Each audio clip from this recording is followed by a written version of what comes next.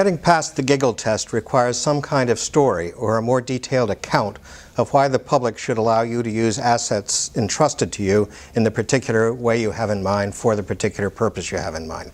And that requires some reasoning, and the reasoning typically involves the connection between a set of assets that you're going to use as inputs to the production process, followed by knowledge about the particular change that you're planning to make, followed by an expectation about how that will produce new set of outputs and activities in the world that have a chance of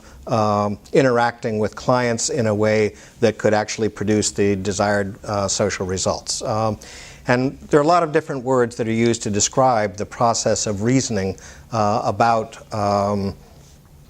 value propositions. And some people use the phrase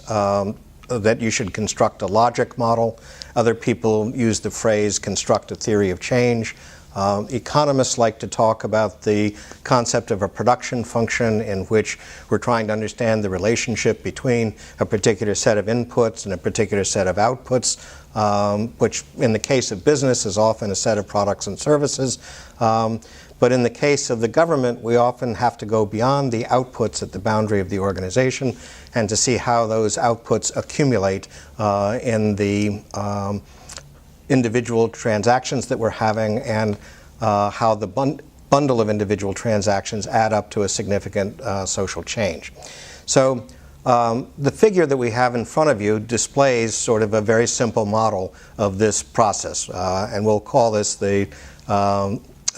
method, we'll call this the public value proposition or the public value chain. And what it does is essentially identify a causal process that starts with assets and inputs at the left side of the diagram,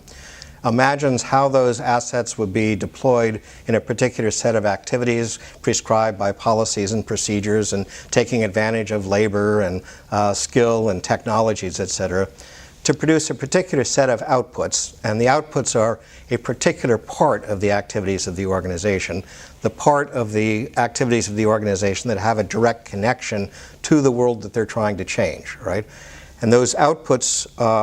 we sometimes use the phrase, the things that are happening at the coal face, right, at the place where the organization, having done all its preparation and assembled all its resources, finally makes contact with the world, the material world, or the social world that is trying to change. So, and then in many cases in government, that involves transactions with individuals. And those transactions with individuals, as we'll see, are important in and of themselves, but they're also instrumentally important to the achievement of the desired outcomes.